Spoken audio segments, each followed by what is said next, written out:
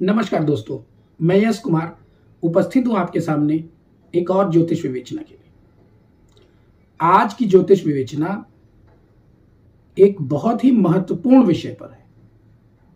कुंडली के विश्लेषण करते समय कारकों के साथ मारकों का भी प्रभाव हमें विश्लेषण में लेना पड़ता है। अब आप सोच रहे होंगे कि ये क्या बड़ी बात आप कह रहे हैं, कारकों के साथ मार्क। यह तो सामान्य बात है। जब हम कुंडली का विश्लेषण करेंगे तो हम ग्रहों के कारकत्वों को देखेंगे, मार्कत्व को भी देखेंगे। तो मैं ये कहना चाहता हूं कि कारकों का अध्ययन आप करें या ना करें, मारकों का अध्ययन अवश्य करें, पहले करें। एक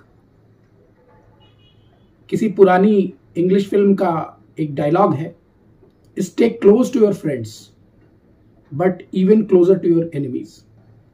सो मारक ग्रह आपकी कुंडली में मित्रता या शत्रुता की कसौटी पे परखे गए ग्रह नहीं है। जैसे जब हम ग्रहों की बात करते हैं तो हम देखते हैं कि ये मित्र ग्रही हैं या शत्रु ग्रही हैं, या किस प्रकार से इनके बल का विश्लेषण किया जाए। लेकिन आपकी कुंडली का लग्न जैसे ही निर्धारित हुआ, उस लग्न के परिप्रेक्ष्य में कुछ भाव ऐसे बनते हैं जिनके स्वामियों को हम मार्केश कहते हैं। अब ये मार्केश क्यों इतने महत्वपूर्ण है? वो इसलिए महत्वपूर्ण है क्योंकि ये मार्केश आपको परेशान करने की क्षमता रखते हैं, आपका आर्थिक अहित करने की क्षमता रखते हैं, आपको सामाजिक रूप से पृथक या निंदा का पात्र बनाने की क्षमता रखते हैं, आपकी दुर्घटनाओं का कारण बन सकते हैं, आपकी मृत्यु का कारण बन सकते हैं। जातक के लिए मृत्यु का निर्धारण उसके अष्टम भाव से किया जाता है, लेकिन जब आप काल का निर्धारण करने के लिए जाएंगे तब केवल अष्टम भाव के स्वामी की दशा, अंतरदशा, प्रत्यंतर दशा इत्यादि नहीं, मार्केश की दशा, अंतरदशा, प्रत्यंतर दशा, सूक्ष्मांतर दशा, प्रणांतर दशा इत्यादि का भी आपको ध्यान करना पड़ेगा, गणना करनी पड़ेगी। अब ये मार्केश आपके लग्न पर आधारित है। क्यों? क्योंकि जैसे ही लग्न में वैसे ही आपके अन्य भावों के स्वामी भी निर्धारित हो जाएंगे, द्वितीय भाव के स्वामी को और सप्तम भाव के स्वामी को। एक बार मैं पुनः इस बात को बताता हूं, द्वितीय भाव के स्वामी को और सप्तम भाव के स्वामी को हम मार्केश की संज्ञा देते हैं। अब चूंकि ये दो हो रहे हैं तो कौन ज्यादा प्रभावी, या कुछ स्थितियों में ऐसा भी होगा कि इसमें से एक क्रूर ग्रह होगा, एक सौम्य ग्रह होगा। कुछ स्थितियों में ऐसा भी होगा कि यह किसी एक अन्य अच्छे भाव का स्वामी भी होगा। तो कैसे हम निर्धारित करेंगे कि कौन सा इसमें से ज्यादा प्रबल मार्केश है, कौन सा ज्यादा प्रभावी मार्केश है? उस चर्चा पे भी आएंगे कि कैसे होगा। लेकिन पहले द्वितीय और सप्तम भाव को पुनः ध्यान से समझिए। लग्न में, कुंडली में लग्न के ठीक बाद वाला स्थान, द्वितीय स्थान, जिसे हम पैतृक संपत्ति का स्थान, कुटुंब का स्थान कहते हैं, वह मार्केश का स्थान है। वहां का जो भी स्वामी होगा कुंडली के लिए मार्केश होगा।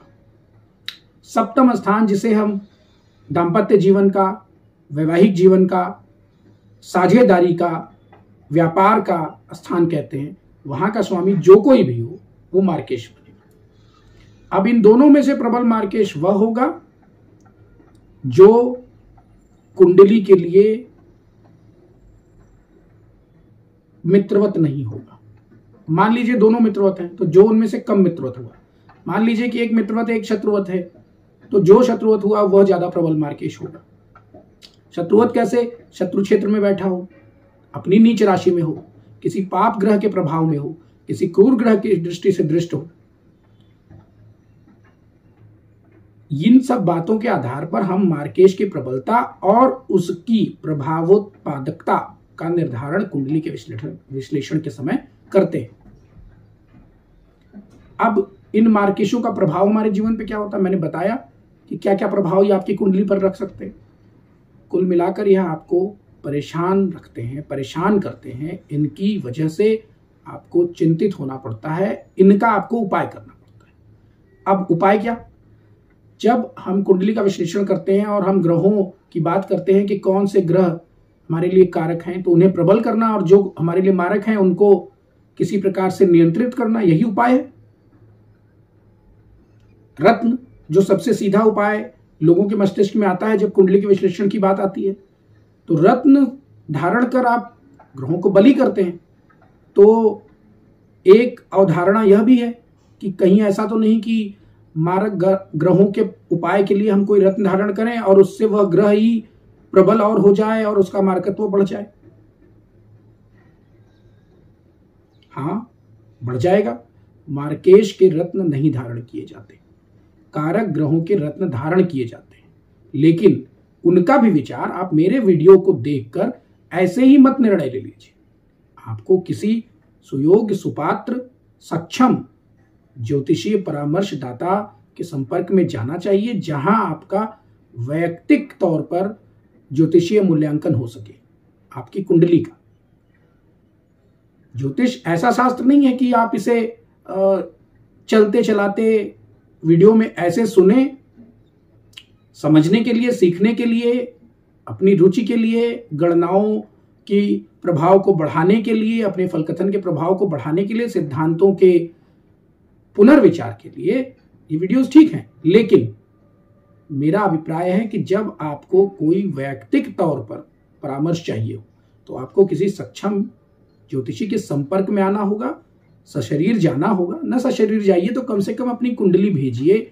कुंडली का विश्लेषण जब आपको केंद्र में रखकर किया जाएगा तब ही आपको कोई परामर्श दिया जाना चाहिए। ऐसे सुनी सुनाई बातों पर कोई उपाय आपको नहीं कर लेना चाहिए।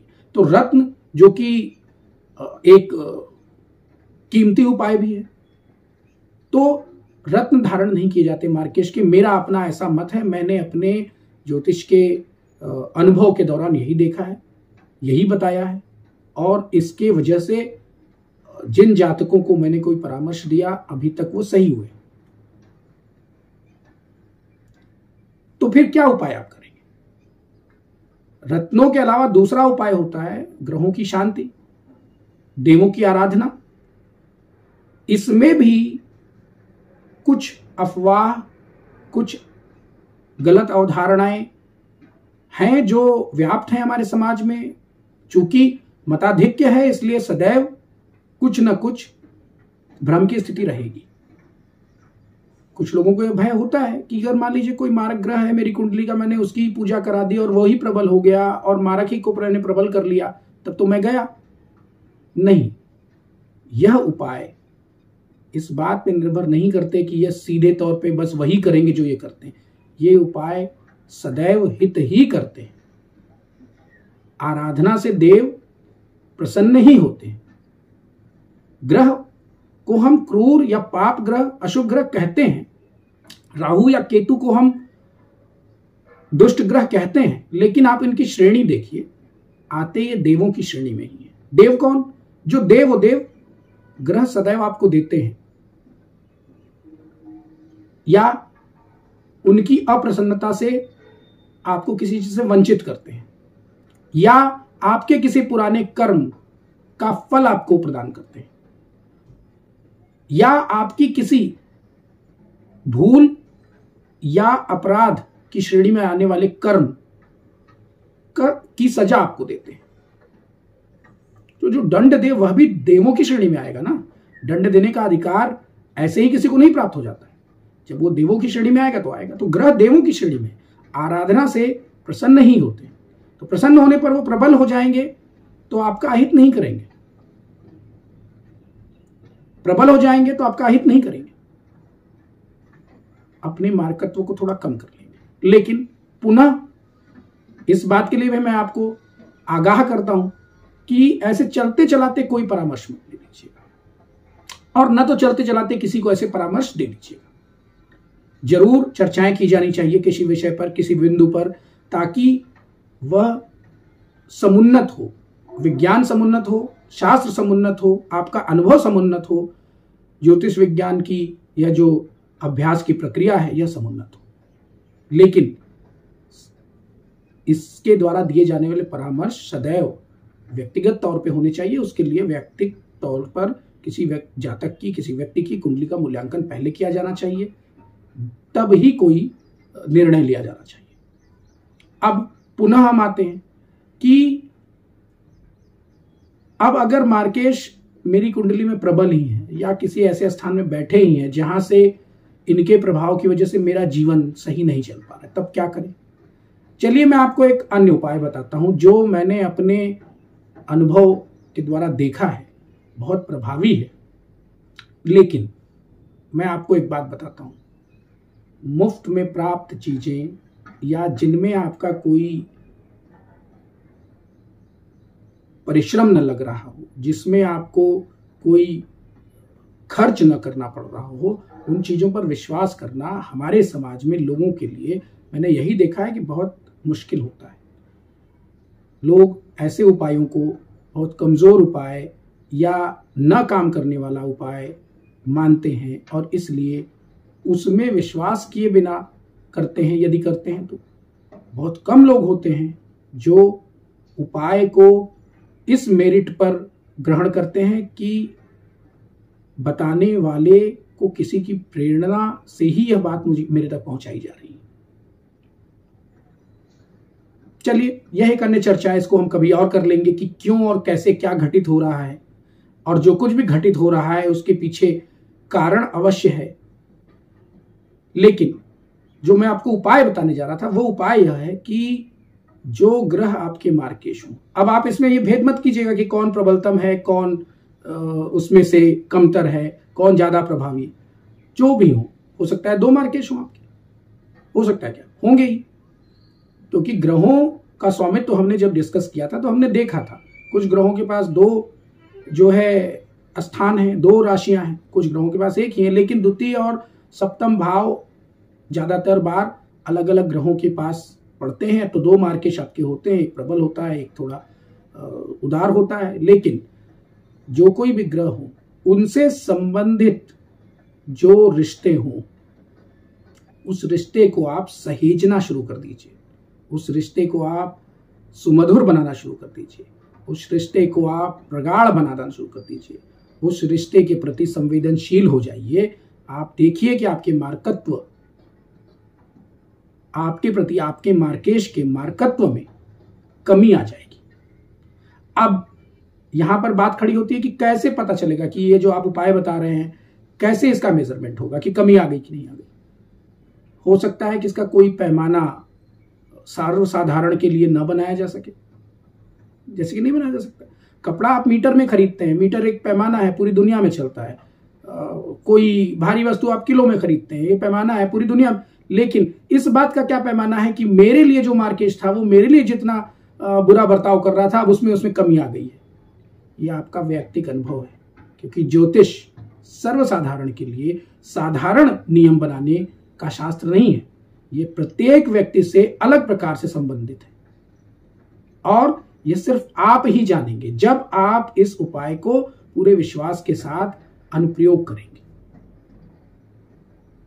अब बात खड़ी होती है कि कौन से रिश्ते, तो यदि सूर्य आपके मार्केश हैं तो पिता को प्रसन्न रखिए, आदर भाव रखिए, सेवा कीजिए, पूजा कीजिए।